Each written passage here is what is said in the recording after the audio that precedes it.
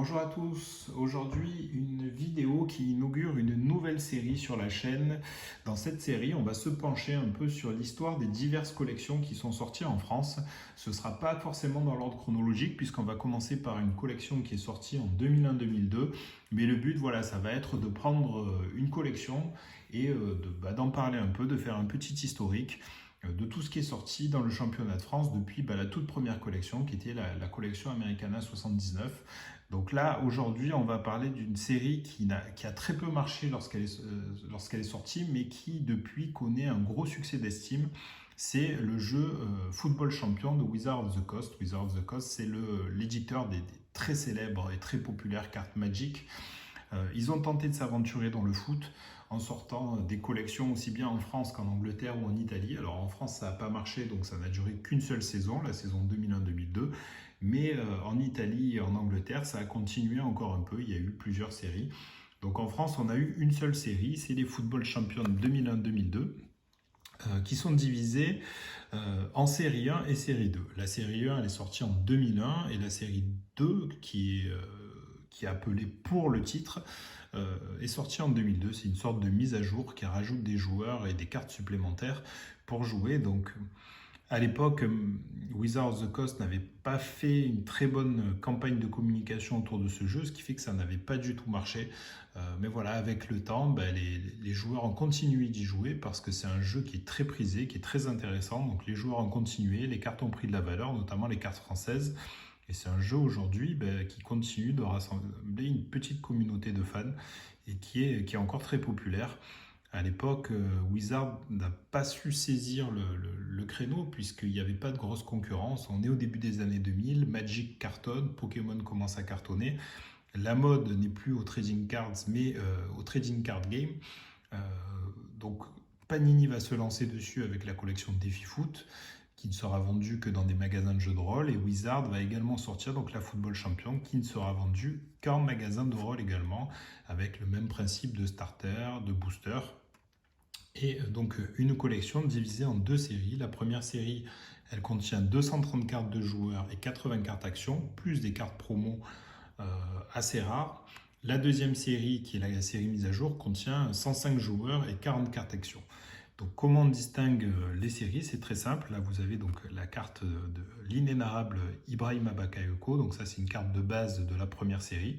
Je vous ai pris celle-là à titre d'exemple parce que bon, qui mieux que Baka pour représenter le début des années 2000 à l'OM.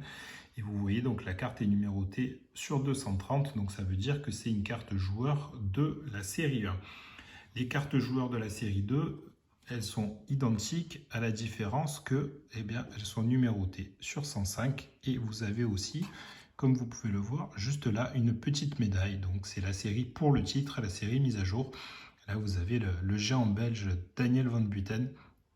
Donc pour l'OM, en termes de joueurs, dans la première série, vous aviez 12 joueurs de l'Olympique de Marseille et dans la mise à jour, donc ça a ajouté 7 joueurs supplémentaires, dont Daniel Van Putten. Donc ça, c'est les base cards qui étaient sortis. Il faut savoir que parmi les cartes de base, donc les 12 cartes de base qui sont sorties dans la série 1, il y a également des cartes foil qui sont assez rares. Donc l'OM a eu droit à 2 cartes foil. C'est Franck Leboeuf et Ibrahim Ba. Donc vous voyez, c'est des cartes de base puisqu'elles sont numérotées comme les autres, à part qu'elles sont foil. Donc l'effet est vraiment très joli. Elles sont bien évidemment plus rares que les cartes de base. Donc vous voyez la différence, c'est l'effet. Elles sont superbes.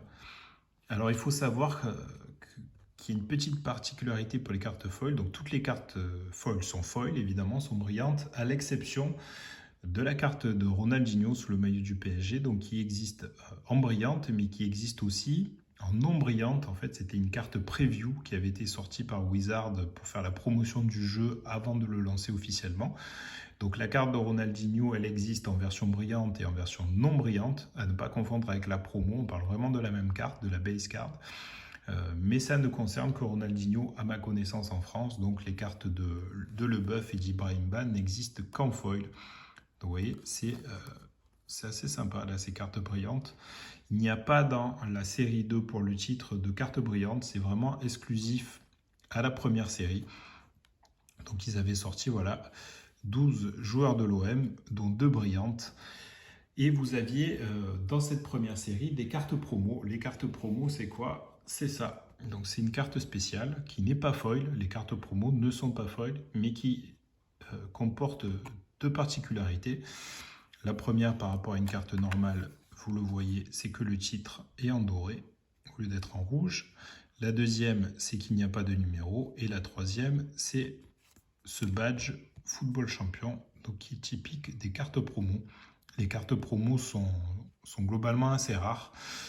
Elles étaient offertes manifestement, alors c'est pas très clair, mais il semblerait qu'elles étaient offertes lors de tournois qui étaient organisés dans des magasins de jeux de rôle. Voilà, les gagnants de tournois pouvaient les avoir. C'est des cartes qui sont relativement cotées. Alors il y a tout, hein. Vous pouvez en trouver à des prix exorbitants et vous pouvez aussi en trouver pour une poignée d'euros dans des lots. Par exemple, moi je sais que cette carte de Leboeuf, il y a peut-être 6-7 ans, je l'avais acheté, je crois 80 euros à l'époque, et j'en ai un deuxième exemplaire que j'ai eu dans un lot d'une centaine de cartes de la collection que j'ai payé 4 euros. Donc vous voyez, tout se trouve, tout existe, mais elles sont quand même globalement beaucoup plus rares. C'est les cartes les plus rares de la collection, les cartes promo. Donc ça c'est la promo de Leboeuf, c'est la seule qui existe pour l'OM, issue de la série 1. Donc vous voyez hop, la différence avec une carte de base. Donc c'était évidemment dans le jeu des cartes beaucoup plus fortes avec plus de points et des compétences bien plus importantes. Le verso, lui, est strictement identique, que ce soit pour les cartes promo ou même entre les deux séries. Ça, c'était les cartes joueurs. Et chaque série avait également des cartes actions.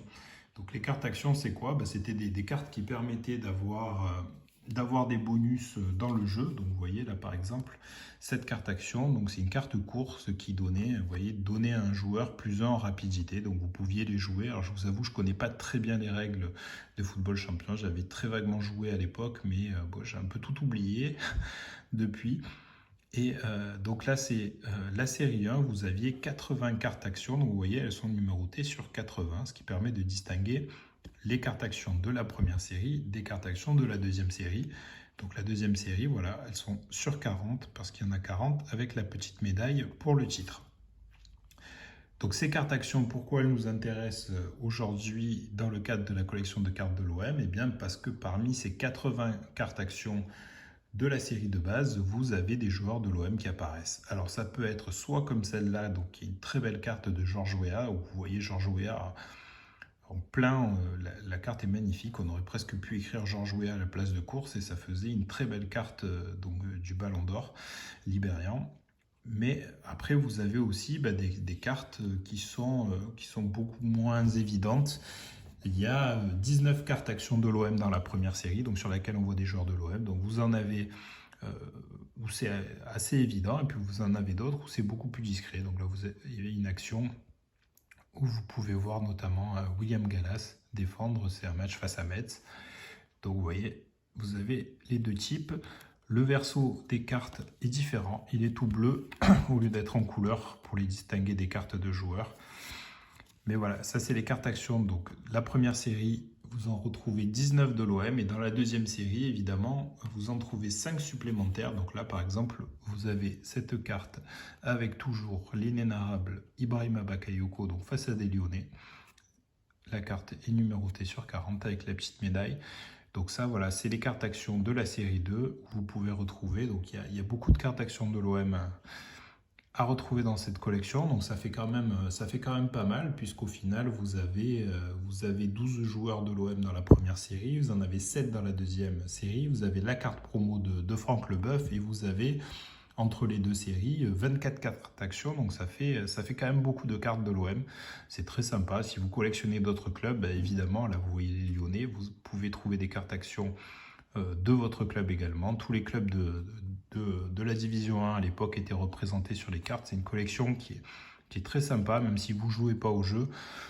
C'est une collection qui est très sympa à collectionner parce que le design est vraiment beau et les cartes sont cool. C'est pas trop typé pour le coup fin 90, années 2000, et quand on les compare au défi foot qui était en concurrence, là on est quand même sur un tout autre niveau. Il y a le savoir-faire Wizard derrière, et puis L'effet est très sympa. Donc voilà, c'est une collection qui a marqué son époque. Elle n'a pas eu de succès, donc ça n'a pas été renouvelé par Wizard. Tout le monde est d'accord pour dire que c'est la faute à une communication désastreuse de l'éditeur euh, qui n'a pas su y faire, qui n'a pas su se positionner. C'est dommage, voilà. Donc c'est un one-shot, mais un one-shot qui a su gagner, comme certains films, son succès avec le temps et qui aujourd'hui voilà, draine une communauté de fans qui continue de jouer, qui continue de s'échanger les cartes. Les cartes françaises notamment sont très recherchées, particulièrement celles de l'équipe de France de la première série, donc qui porte le maillot bleu, parce que dans la série 2, ils portent le maillot blanc. Les cartes de l'équipe de France de la première série sont assez recherchées à l'étranger. Donc voilà, c'est une collection très sympa. Je voulais commencer cette série sur le championnat de France par les football champions. Euh, on verra la prochaine fois vers quelle année on se dirige, vers quelle collection, vers quel éditeur. Mais voilà, sur cette première série, premier épisode de la série Les collections du championnat de France, c'était les football champions de Wizards of the Coast, donc qui n'a pas fait que Magic the Gathering, mais qui n'a pas vraiment eu le même succès avec ça. Mais voilà, très belle collection si vous voulez vous lancer dans les collections de cartes de foot. Le football champion, ça se trouve pour pas cher. Les base cards, vraiment, vous en trouvez des lots pour 3 fois rien. Et elles ont vraiment un design super sympa. Donc voilà, n'hésitez pas à collectionner ça, c'est très cool. Et je vous dis à bientôt pour une nouvelle vidéo et un prochain épisode de l'histoire des collections de cartes en France.